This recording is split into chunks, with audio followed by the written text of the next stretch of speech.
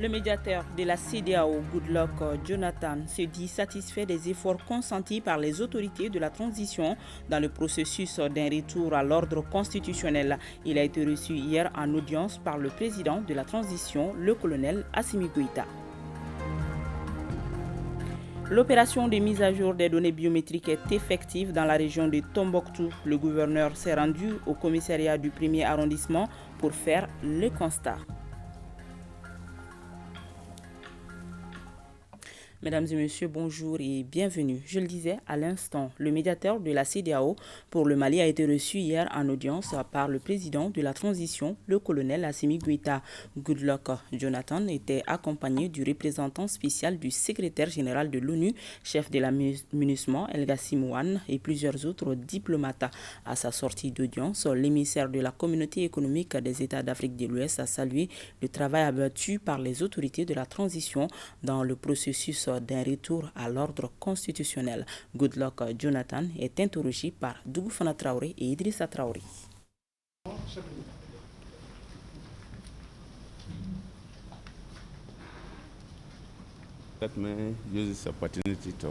Nous avons dit au président que nous avons apprécié le processus, l'évolution du processus en cours, et notamment par la mise en place de certaines structures clés pour la bonne marche de la transition et même pour couronner le processus de la transition, parmi lesquels nous avons mentionné la mise en place de l'EDGE que nous avons salué et nous avons félicité le président de la République et toutes les autorités maliennes pour la mise en place de cet organe qui est très important pour la gestion des élections à venir.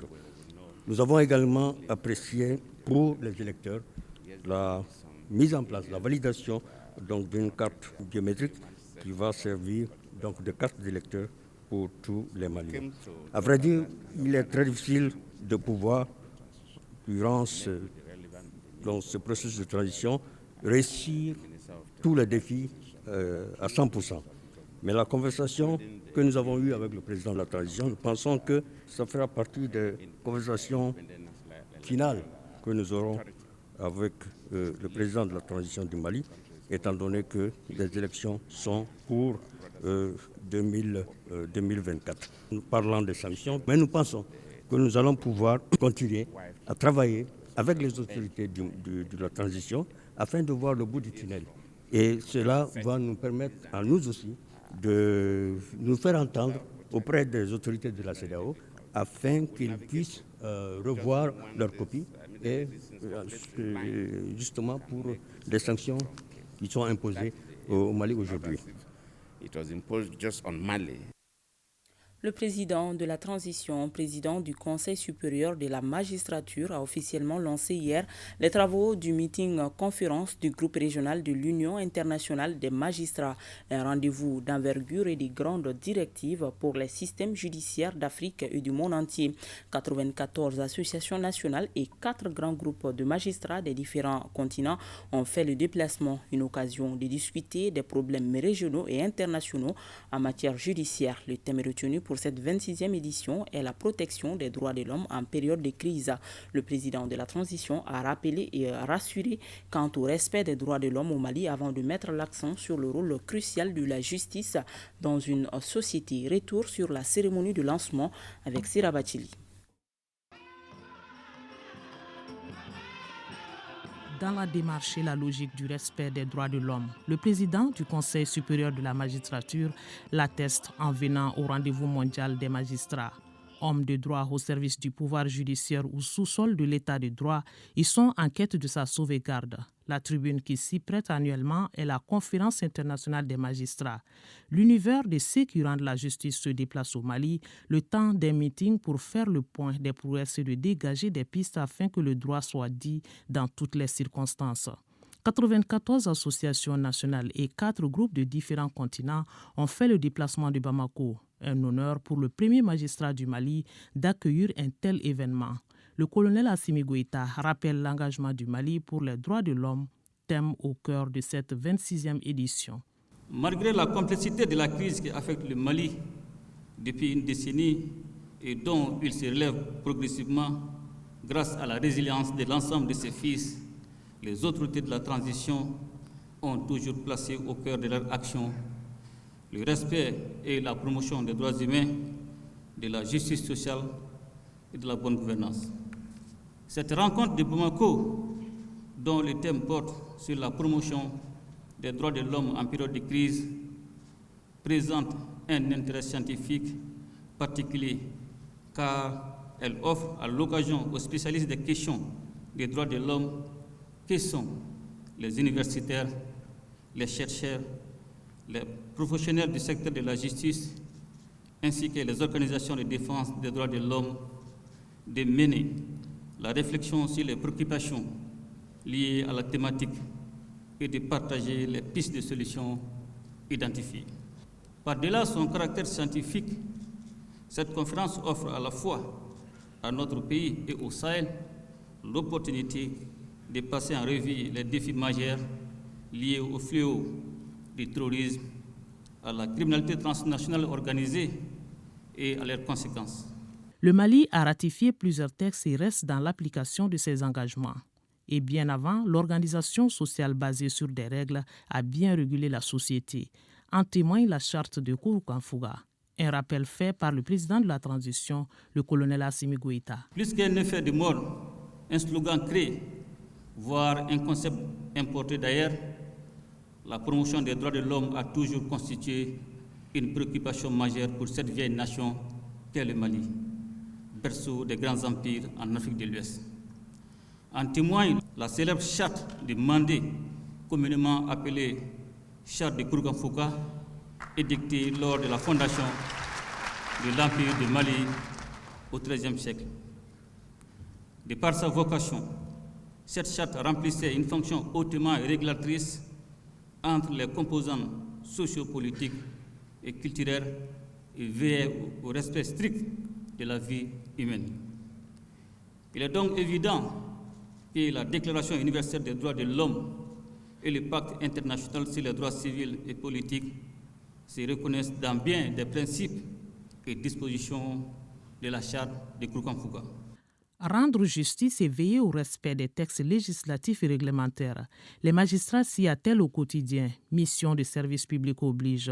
Le rôle de la justice est primordial pour une société stable. Mais la vraie justice est celle qui est indépendante. Pour le président du Conseil supérieur de la magistrature, il faut bâtir une justice performante et indépendante. Le rôle de la justice est fondamental en tant qu'institution, devant d'une part garantir les droits et libertés des citoyens et d'autre part servir de socle pour l'émergence d'une gouvernance vertueuse et d'un nouveau type de citoyens conscients de sa responsabilité et respectueux de ses devoirs dans l'œuvre de construction nationale. C'est pourquoi le pouvoir judiciaire constitue, à juste titre, la pierre angulaire de l'état de droit. Conscient de cette réalité, le gouvernement de la République du Mali a adopté la loi d'orientation et de programmation du secteur de la justice pour la période 2020-2024, afin de bâtir une justice performante, crédible, indépendante et accessible de manière à restaurer la confiance des citoyens. Cette démarche rejoint parfaitement la vision de l'Union internationale des magistrats, même si des efforts restent encore à faire en vue d'améliorer davantage la performance et l'efficacité du service public de la justice, confronté à plusieurs défis. En d'autres termes, la garantie des droits et les libertés de l'homme. La conférence annuelle du groupe régional de l'Union internationale des magistrats passe en revue les problèmes régionaux et internationaux en matière de système judiciaire. Les thèmes traitent l'actualité en matière de justice dans les différents pays. La tenue de cette rencontre d'envergure des magistrats est un message fort au Mali pour le maintien de la dynamique du respect des droits de l'homme.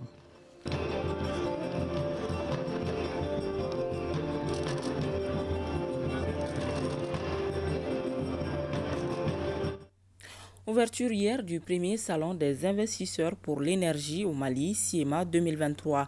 Le thème porte sur investir pour améliorer le mix énergétique. Investisseurs, producteurs, indépendants nationaux et internationaux prennent part à ce premier salon.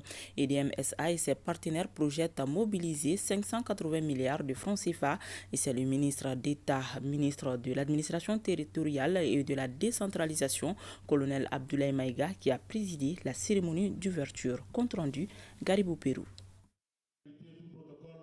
Ils sont investisseurs producteurs d'énergie. Ils répondent à l'invitation de l'énergie du Mali pour faire l'examen des difficultés liées aux investissements, aux installations de production, de transport, de distribution auxquelles la structure est confrontée aujourd'hui. Pour cela, on attend les annonces fortes de 580 milliards de francs CFA. L'enjeu pour nous est de sortir de la dépendance de l'énergie fossile, d'où tout l'intérêt que nous avons porté sur le thème principal de cette première édition, investir pour améliorer le mix énergétique. Les projets qui vous seront présentés au cours de ce salon s'inscrivent donc dans cette dynamique d'amener le parc de production et d'augmenter la desserte en créant plus de lignes de transport et de répartition pour faciliter l'accès des populations à l'électricité à moindre coût, qui est une priorité des autorités du pays. Investir pour améliorer le mix énergétique, c'est diversifier les sources d'énergie et réduire la dépendance aux énergies les plus polluantes et les plus coûteuses pour éclairer les maisons, fonctionner les installations domestiques et faire tourner les usines et ateliers. Au cours des dernières années, le gouvernement malien, avec l'appui de ses partenaires nationaux et internationaux, a pu accroître l'accès à l'électricité.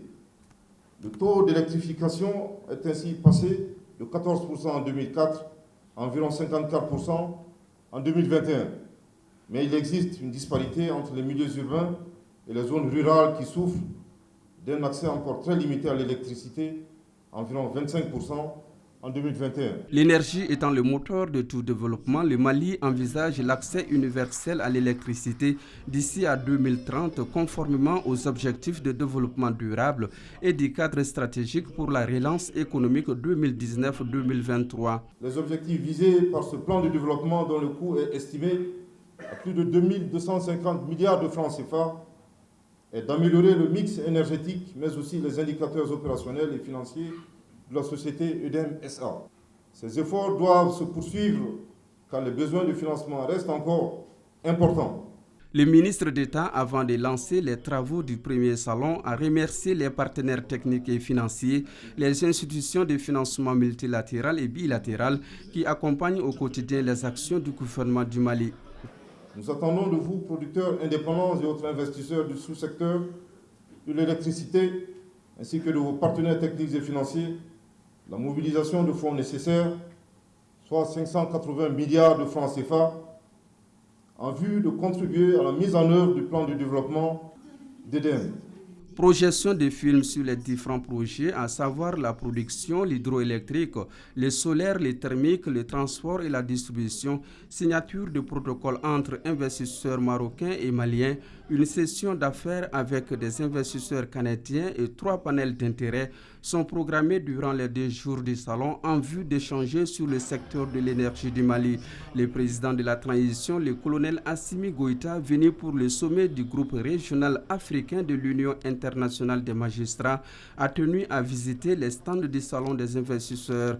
Le geste marque la volonté de l'État à relever les défis de l'accès aux services énergétiques. Le médiateur de la CEDEAO pour le Mali, Goodluck Jonathan, a aussi rencontré les présidents des partis politiques, les membres du cadre de concertation et les membres de la société civile. C'était en présence du ministre d'État, le colonel Abdoulaye Maïga. Au centre des échanges, les activités majeures de la transition et leur chronogramme d'exécution. Tout porte à croire que le Mali est sur la bonne voie, constat fait par l'envoyé spécial de la CEDEAO, nous dit Suleiman Kenza. À cette rencontre, on notait la présence des présidents des partis politiques, les responsables de la société civile. Le ministre d'État, ministre de la décentralisation et des collectivités, avait en plus de l'ordre du jour à ses côtés les ministres des Affaires étrangères, de la coopération internationale, de la refondation chargée des relations avec les institutions, le ministre chargé des réformes politiques et institutionnelles auprès du Premier ministre et le représentant spécial du secrétaire général des Nations Unies, le chef de la MINUSMA au Mali. Le ministre d'État, tout en saluant les efforts déployés par l'envoyé spécial de la CEDEAO pour aider le Mali à réussir les réformes, reconnaît que des réformes majeures ont été faites. En plus de l'adoption de la loi électorale, la mise sur pied de l'autorité indépendante de gestion des élections, la mise en place de la commission de finalisation de l'avant-projet constitutionnel, le Mali a adopté hier 6 projets de textes majeurs sur la réorganisation administrative et territoriale. Le projet de loi portant création des circonscriptions administratives en République du Mali, le projet de loi portant création des collectivités territoriales en République du Mali, le projet de loi portant code des collectivités territoriales, le projet de loi portant statut particulier du district de Bamako, le projet de loi portant modification de la loi numéro 2012-006 du 23 janvier 2012 portant principes fondamentaux de l'organisation administrative du territoire, le projet de loi portant modification de la loi numéro 2017-052 du 2 octobre 2017 déterminant les conditions de la libre administration des collectivités territoriales. L'envoyé spécial a pris bonne note de toutes ces avancées. À se dire, le Mali est sous la bonne voie, surtout avec la mise en place de l'autorité indépendante de gestion des élections. La mise en place de l'autorité indépendante de gestion des élections, c'est une réussite importante qui mérite d'être soulignée. Le président de la société civile se réjouit du cadre de concertation mis en place pour échanger sur les réformes. La société civile malienne est partie prenante de toutes les grandes actions. La mise en place des organes de gestion et de supervision des élections avec le décret 12 du 12 octobre 2022, nous y avons participé activement. Le Mali, en son temps, a eu à aider beaucoup de pays à retrouver la paix, dit le porte-parole des partis politiques. Il demande aux amis du Mali de l'aider à sortir de cette impasse. Les frères du Mali, les partis politiques du Mali, vous prient de bien vouloir transmettre à la CEDEAO leur demande simple mais instante. La levée des sanctions contre le Mali pour aider la victoire. Tout est bien qui finit bien, que la grâce d'Allah soit sur le Mali et ses amis.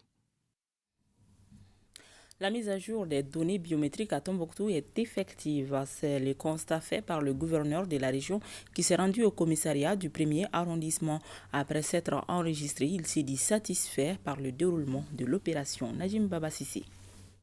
Lancé le 9 janvier 2023 par le ministère de la Sécurité et de la Protection civile, l'opération de mise à jour des données biométriques se déroule parfaitement à Tombouctou. C'est le constat émis par le chef de l'exécutif régional qui s'est fait enregistrer au commissariat du 1er arrondissement. Cette visite, le premier objectif, c'était pour moi de venir m'enquérir du démarrage effectif de cette opération dans la région de Tombouctou. Le deuxième objectif, d'inviter la population à sortir massivement dans les commissariats de police, dans les brigades de gendarmerie pour cette opération très importante pour les futures élections à venir. Sont présents à cette cérémonie les responsables des services techniques de l'État et des collectivités, autorités religieuses et coutumières, ainsi que les responsables des forces de défense et de sécurité. Cette opération de mise à jour des données se poursuivra jusqu'au 31 mars dans les commissariats et gendarmeries de la région de Tombouctou. Visite de courtoisie du président du Conseil national du patronat du Mali à Koulikoro. Cette visite traduit la vision du président du CNPM, Moussadek Bali, de bâtir un secteur privé dynamique dans un environnement favorable afin de maintenir une croissance économique forte et durable. M. Bali a aussi saisi l'occasion pour décliner en 5 axes les grandes lignes de sa mandature à la tête du CNPM, à savoir la fiscalité, les ressources humaines, l'énergie, le financement et les infrastructures de Koulikoro, la correspondance de Daouda Koni. La délégation du Conseil national du patronat du Mali CNPM a eu une rencontre avec les membres du bureau régional au cours de laquelle les défis liés au développement économique ont été évoqués. Difficulté d'accès au financement, difficulté d'écoulement des produits, difficulté d'accès au marché, coût élevé des facteurs de production électricité aux concurrents déloyaux et difficulté d'accès à la main-d'œuvre. Le président Bali s'est réjoui de cette visite et a marqué toute la disponibilité du CNPM à accompagner les CPR. Par ailleurs, il les invite à une implication accrue pour la mise en œuvre du plan d'action de son bureau. Cette visite, c'est pour tâter le terrain, pour voir nous-mêmes les challenges, les difficultés auxquelles sont confrontés les entrepreneurs qui vivent et qui travaillent dans les régions. Et donc, il ne faut pas se leurrer, on ne peut pas tout faire de Bamako. Et donc, on a besoin de CPR bien organisés, bien structurés, forts, avec des moyens humains, des moyens matériels et des moyens financiers, pour que ce plaidoyer-là puisse être fait au niveau des autorités. Et puis, dans tous les cas, il faut aussi que l'économie se décentralise. Outre la rencontre avec les membres du bureau du conseil patronal de la région de Koulikoro, le président du CNPM s'est rendu à la mairie de la commune urbaine de Koulikoro, au conseil régional et au gouvernorat de la deuxième région. Le président du patronat Moussadek Bali s'est dit satisfait à l'issue de sa visite. Les responsables des structures visitées ont salué la bonne collaboration qu'ils entretiennent avec le conseil patronal de la région de Koulikoro. En troisième région, les membres du Conseil fédéral national des adeptes de la Tarika Tidjania ont célébré samedi la 3e édition de Maouloud, naissance du prophète Mohamed, paix et salut sur lui. Au cours de cette cérémonie, les valeurs humaines du prophète Mohamed, paix et salut sur lui, ont été évoquées et des bénédictions pour le retour de la paix dans notre pays. Compte rendu Yoruba Djabati. C'est par le slogan « Appel au rassemblement et à l'unité autour de l'unicité d'Allah » que les membres du CONFENAT, Conseil fédéral national des adeptes de la Tarika Tidjania, organisent pour la 3e année consécutive la célébration du Mawlud, la naissance du prophète Mohamed, paix et salut sur lui. Notre objectif, c'est d'abord de célébrer avec fasto la naissance du prophète Mohamed, paix et salut sur lui, les magnifier, expliquer ses nombreux bienfaits pour l'humanité, et ensuite formuler des bénédictions pour les pays. Le CONFENAT est une association musulmane dont l'objectif est de rassembler tous ses membres. En 2022, la tendance religieuse a initié plusieurs activités. Nous avons initié plusieurs activités, comme par exemple le choix d'un vendredi afin d'exposer les valeurs humaines du prophète Mohamed, paix et salut sur lui, nous inspirer de ces bonnes actions. Les adeptes de cette tendance religieuse invitent les musulmans à l'union sacrée et de bannir les pratiques malsaines. La Tidjania, c'est le chemin de la droiture. Elle purifie le cœur et nous permet de contrôler nos actions. Elle peut également aider les couples à se réconcilier et nous pouvons sympathiser avec toutes les tendances de l'islam. La cérémonie a pris fin par des prières et des bénédictions. Ainsi prend fin cette édition que nous avons eu le plaisir de vous présenter. Merci de l'avoir suivi. À demain 13h, s'il plaît à Dieu.